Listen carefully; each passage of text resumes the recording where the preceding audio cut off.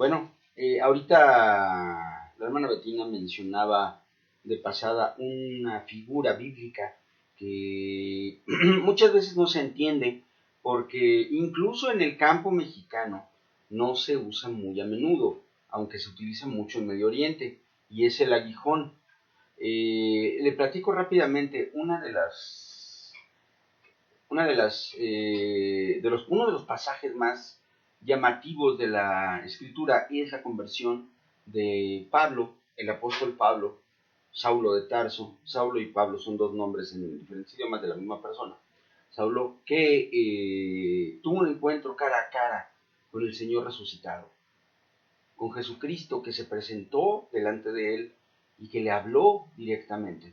Y fue un acontecimiento glorioso, tan importante, que ganó en un instante el alma eterna de uno de los hombres que eran más furiosa y despiadadamente persecutores de la iglesia. Saulo de Tarso, un hombre que caminaba en dirección a destruir al cristianismo, plenamente convencido de que él estaba haciendo lo correcto, plenamente convencido de que estaba haciendo la obra de Dios, de que la obra de Dios era destruir a los herejes esos de la secta del tal Jesús.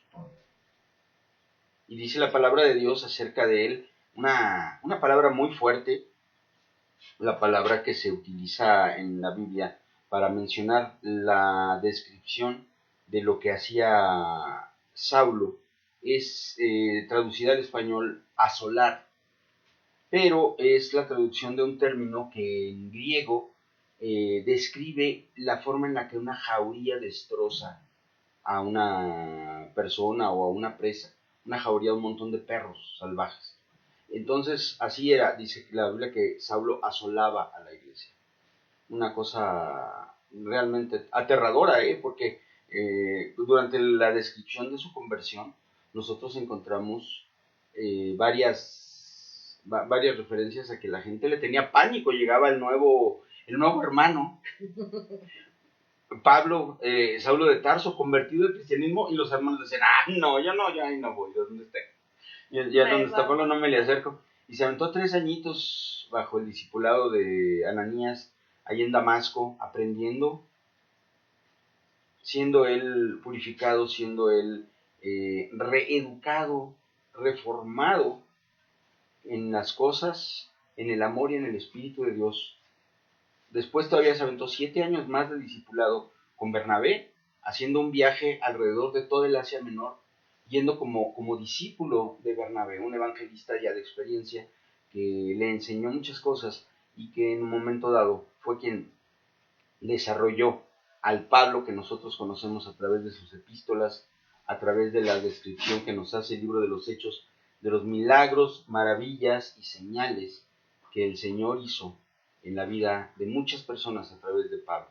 Pero es muy interesante, y a esto voy, la figura que utiliza el Señor para describir la posición que Pablo tenía en el momento de su conversión. Le dice el Señor a Saulo, que estaba tirado en el piso, impactado profundamente por la presencia real de Jesús. Él le dice, Saulo, Saulo, ¿por qué me persigues? Y luego le dice una frase que a veces no entendemos. Dura cosa te es dar cosas contra el aguijón. Y yo le voy a decir que durante muchos años, desde mi niñez hasta bastante entradita mi juventud, yo trataba de imaginarme a una persona dándole de patadas al aguijón de una abeja o algo así. No había en mi mente una figura que le diera entendimiento al asunto. Y yo sí decía, bueno, sí ha de estar feo que pateas un panal y te piquen las abejas o algo así, ¿no? Porque la palabra aguijón a mí me traía a la mente el aguijón de una abeja o de una avispa. Era todo lo que podía imaginar, hasta que recibí la explicación de parte de alguien que conoce los usos y costumbres del campo semita, del campo de la región medio oriental. Y entonces entendí. La forma en la que los bueyes son entrenados para trabajar el campo es la siguiente.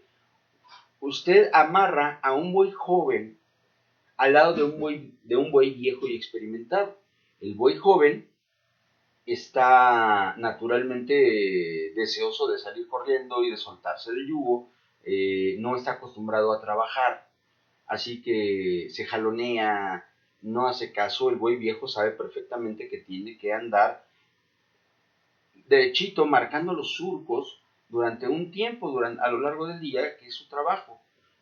Aunque después descanse, pero cuando él siente el yugo sobre la cerviz y siente el arado atado a los poderosos músculos de su espalda, el buey viejo empieza a caminar en línea recta. Pero el otro buey, entre otras cosas, lo que hace es que empieza a dar cosas, empieza a patalear, a patear para tratar de soltarse, trata de pegarle al buey viejo. Y le voy a decir, el arado tiene dos horquillas. Una horquilla, que es la horquilla del buey viejo, que es lisa, solamente sirve para sostener la mitad del arado donde va el buey viejo y permitirle arrastrar el arado. La otra, la horquilla del buey joven, es una horquilla modificada porque tiene una punta que está exactamente en dirección a donde está el otro buey, que es para evitar que lo patee y para evitar que patee el arado y que lo jalonee y que lo pueda romper, porque son muy fuertes. Esa punta de acero que está afilada lo suficiente como para que le dé un piquete al buey joven si patea, se llama aguijón.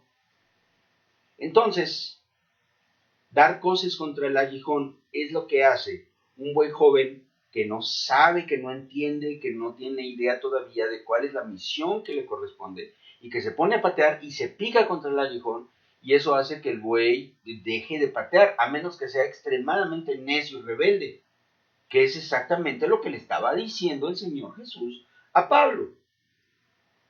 Dura cosa te es dar de coces contra el aguijón. O sea, Pablo, por más que lees, por más que escuchas, por más que tienes en tus narices la evidencia de mi persona, le dice el Señor, sigues de rebelde.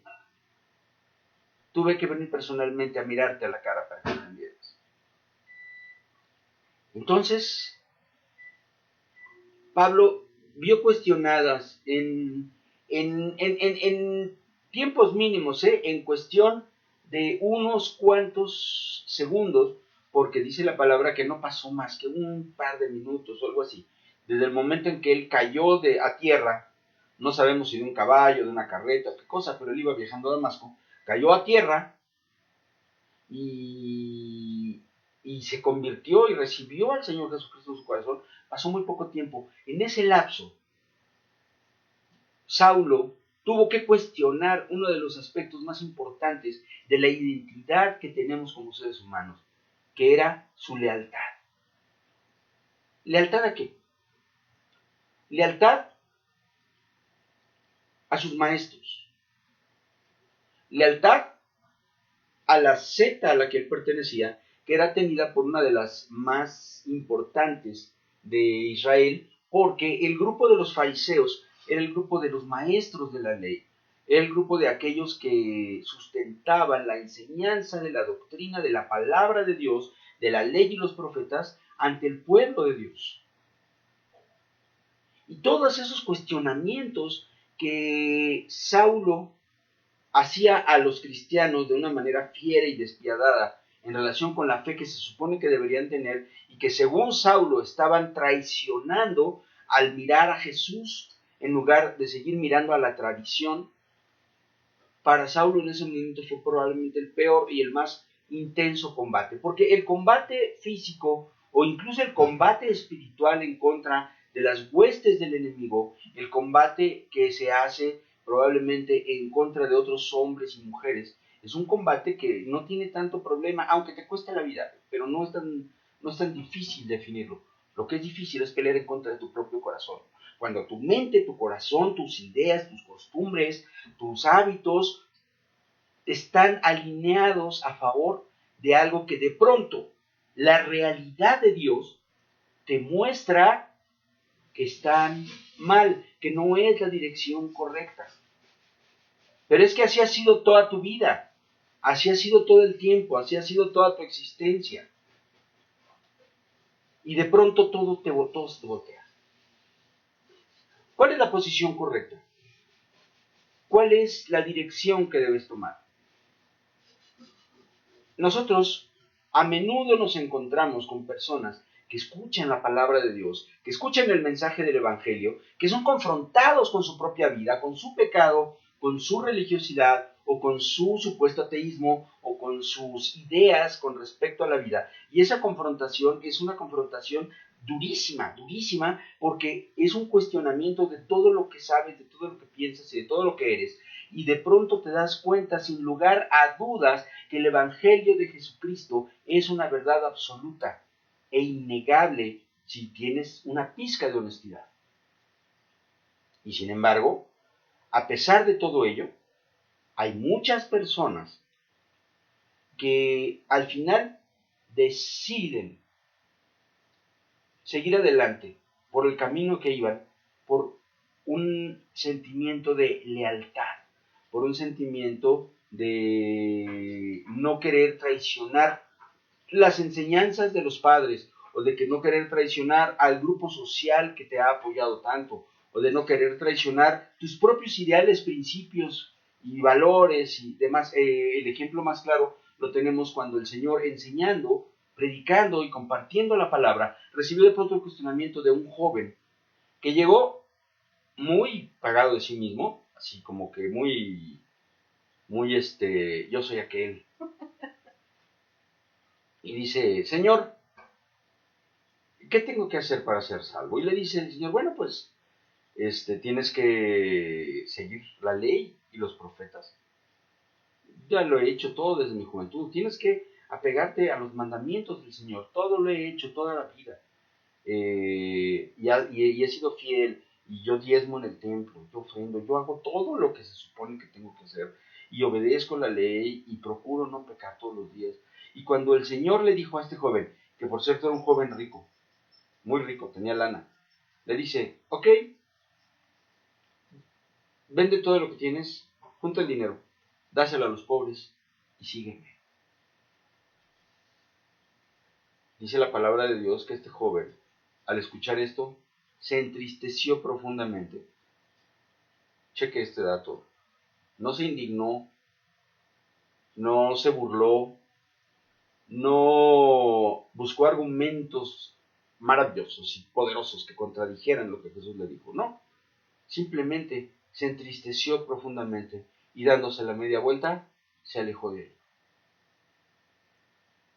Y el Señor dijo algo que a veces nosotros proyectamos estrictamente en relación con el dinero, aunque Él estaba hablando de dinero, pero había cosas más profundas. Cuando dijo: qué difícil es que un rico entre al reino de los cielos. Es más fácil que un camello pase por una puerta que ha sido construida estrictamente para que no pasen los camellos, porque eso es la aguja a la que se refiere el Señor. Eran puertas en la muralla de Jerusalén que tenían esta forma, una forma así como de pino, de tal manera que un camello, que es más bien angosto en las patas y bastante ancho en el cuerpo, no pudiera pasar.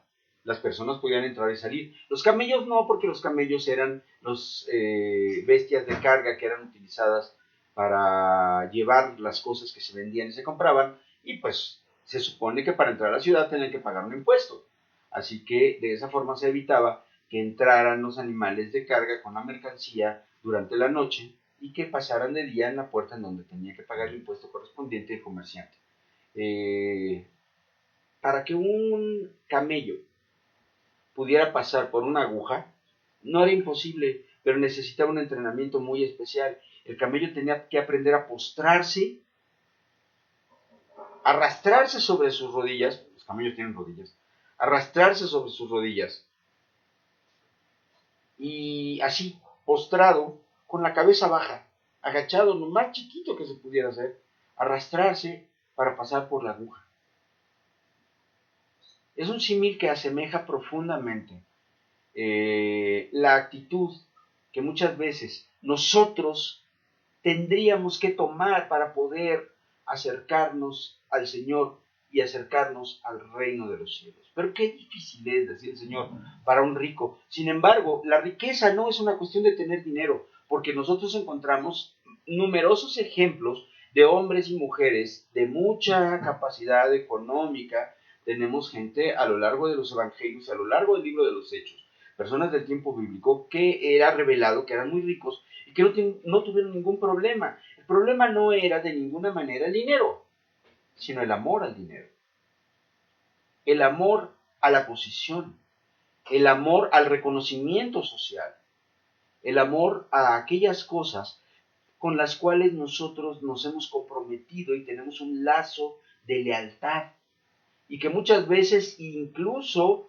representan la religión y la iglesia y las cosas que nosotros creemos que son buenas porque nos las enseñaron nuestros padres o porque es donde hemos estado y donde nos recibieron y nos tratan bien y nos dan un lugar y tenemos una posición, y todas esas cosas muchas veces desvían nuestra atención, desvían nuestro corazón y permiten la entrada del pecado a nuestra alma, porque ninguna de ellas es Jesucristo mismo. Y esto me incluye a mí, yo le hablo como pastor de la iglesia.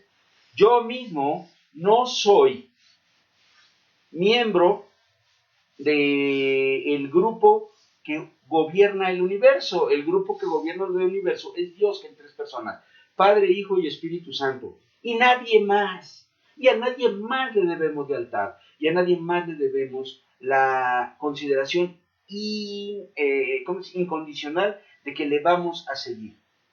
Yo soy alguien a quien conviene seguir siempre y cuando yo siga a Cristo. Si yo dejo de seguir a Cristo, lo mejor que puede usted hacer es alejarse de mí. Si mi lealtad es hacia la religión o hacia una institución, aunque sea la iglesia, si mi lealtad es hacia un hombre o mi lealtad es hacia una posición o un estatus, cualquier cosa que no sea Jesucristo, yo estoy en pecado. Y si usted camina en pos de mí y sabe usted que yo no voy en pos de Cristo, usted está participando de ese pecado. Y esto, amados hermanos, es algo que forma parte de la vida cotidiana de todos los seres humanos. Saulo de Tarso, en el pasaje que nos ocupa y del que estábamos hablando, en ese momento tuvo que cuestionar no solamente su posición social y su posición religiosa, sino también su concepto mismo de lo que era Dios, la comunión con Dios y su relación con Dios. Y en unos cuantos segundos, probablemente un minuto o dos, levantó los ojos y convertido, transformado, nacido de nuevo, las primeras palabras que salieron de los labios de Saulo fueron: Señor, ¿qué quieres que yo haga?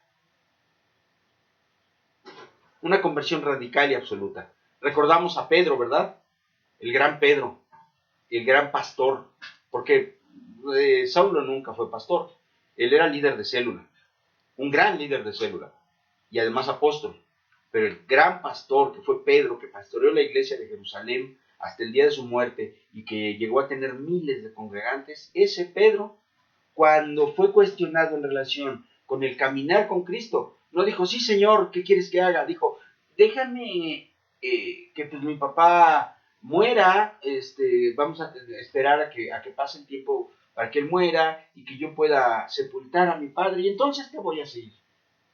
¿Usted cree que lo que dijo Pedro era malo? No era malo. No solamente es una tradición, sino que además es bueno y santo el hecho de que tú cuides a tus padres y los honres y los procures hasta el día en que partan. Eso es lo que nos corresponde a los hijos. El Señor Jesús no le dijo: ¿sabes qué? Olvida a tu padre, déjalo para siempre y pues hay que se muera de hambre. Porque en realidad el Señor Jesucristo y sus apóstoles nunca se alejaron demasiado del lugar donde vivían. El territorio que cubrió el ministerio de Jesús es un territorio similar al que cubre la Ciudad de México con sus municipios conurbados. Es decir, a unos cuantos días a pie, cuando mucho, 2 o 3 días a pie, a donde fueras. Y sabemos porque más adelante nos encontramos a ese mismo Pedro llevando a Jesús a la casa de su esposa, a la casa de su suegra que estaba enferma, Por lo cual nosotros entendemos que los apóstoles no se desentendieron de sus familias ni se desentendieron de sus responsabilidades, pero aprendieron a darle el primer lugar a Cristo Jesús. Y su lealtad no dejó de ser una lealtad religiosa o una lealtad basada en la amistad o una lealtad basada en los compromisos morales. Es una lealtad basada en la absoluta, incomparable presencia de Dios en sus vidas. Algo que transformó todos sus principios y todos sus valores. Lo único que puede transformar los principios de un ser humano es Dios. Y los principios divinos implantados en el corazón de los apóstoles y de los discípulos que siguieron a Jesús fielmente y que hasta el día de hoy siguen a Jesucristo fielmente, todos esos elementos que fueron sembrados en su corazón son la única razón de nuestra lealtad. Hoy vivimos tiempos de desafío a esa lealtad, tiempos de desafío que están relacionados con la situación que estamos pasando, la pandemia, las cuarentenas, los cambios que se han gestado en nuestras relaciones como iglesia, porque simplemente esto que estamos haciendo usted y yo hoy, esta comunicación que estamos teniendo a través de las redes sociales, es algo que antes no había o casi no había, o eran alternativas. Ahorita nosotros sabemos que en muchos casos es prácticamente la única forma que tenemos de mantener una relación regular con el Señor. Y le doy la gloria a Dios porque nos permite a nosotros ser parte de esto. Pero todo esto nos ha llevado a dispersar nuestra mente y nuestro corazón en relación con a quién debemos seguir, de quién somos, a qué línea, digamos, de la iglesia pertenecemos. Y de repente decimos, bueno, no, es que yo realmente le soy fiel a Dios y pues no importa que me meta a una transmisión y a otra, y pues antes yo iba a mi iglesia en donde yo me congregaba, pero pues como ahora me queda muy lejos y con eso de la pandemia, pues hay una que me queda más cerquita, y en fin, un montón de decisiones que se ha tomado la iglesia a lo largo, alrededor del mundo en función de las cosas que están sucediendo, y a veces no entendemos que esto no se trata ni de la comodidad, ni tampoco siquiera se trata de la relación que nosotros tenemos con una iglesia local o con un ministerio específico o con una función que hemos cumplido. Es una cuestión de qué es lo que Dios quiere de tu vida, porque Él es aquel a quien tienes que ser leal. Si el Señor te ha dicho, por ejemplo, tu iglesia es la iglesia del Señor en Mérida, el asunto no es conmigo que soy el pastor. El asunto no es con la dirección de la cobertura. El asunto es con Cristo. Porque es Cristo quien te dijo, ahí ese es tu lugar. Y aquí yo quiero que estés ahí. Y yo hoy te pregunto a ti que me escuchas en este medio, ¿cuál es la lealtad que el Señor sembró en tu corazón? ¿Dónde tienes que estar? ¿A dónde te tienes que dirigir? ¿Cuál es el trabajo que tienes que realizar en tu vida? ¿Fuiste llamado a predicar la palabra? ¿Fuiste llamado a cuidar a los niños? ¿Fuiste llamado a mantener limpia la casa de oración? Barriendo, trapeando, lavando baños. ¿Fuiste llamado a orar por los demás? ¿Fuiste llamado a enseñar? ¿Fuiste llamado a ser soporte económico de la obra de Dios? ¿Fuiste llamado a ser el brazo derecho de un siervo de Dios? ¿Qué fue lo que Dios te dijo? No es lo que tú piensas o lo que tú crees o lo que tú sientes. ¿Qué fue lo que Dios te mandó? Esa debe ser tu lealtad. Y aún en los momentos más difíciles en los que hay iglesias que han cerrado y hay iglesias que se han transformado y que han cambiado de cabeza y de autoridad, aún en estos momentos tan complicados de la vida, yo creo firmemente con todo mi corazón que el ejemplo que Dios nos muestra en la Escritura es claro en relación con nuestra lealtad. Nuestra lealtad es para Jesucristo. Amén. Y Jesucristo se mueve, a su vez, a través de autoridades delegadas, no impuestas ni autoproclamadas, sino delegadas por Dios. ¿Cuál es la autoridad que Dios delegó sobre ti?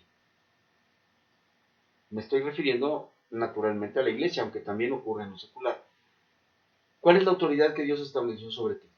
¿A qué iglesia perteneces? ¿Quién es tu pastor? ¿Dónde fuiste llamado a servir a Dios?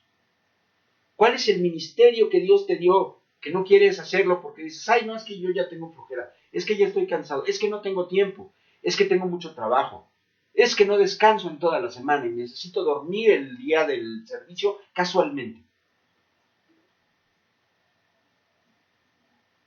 Tienes dos opciones. Puedes caminar en la gloria con Cristo, ascender a las nubes y descender de las nubes con Cristo y gobernar juntamente con Él. O puedes ver pasar la gloria de Dios. Tú escoges.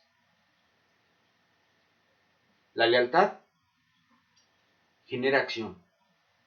Y la acción, si está dirigida por Dios, es una acción que bendice. Te bendice a ti, bendice a tu casa, bendice a tus hijos, bendice a tus padres, a tus hermanos y a todas las personas que tienen contacto contigo, porque tú eres benigno en el nombre de Jesús. Es parte del fruto del Espíritu. Y si tú apagas al Espíritu Santo, pretendiendo que tienes otras lealtades que te son más importantes que Dios, entonces eso es lo que va a pasar. Que te vas a sentar a ver pasar la gloria y a ver pasar a los que arrebataron la bendición. Piensa, medita, medita y toma una decisión por Cristo.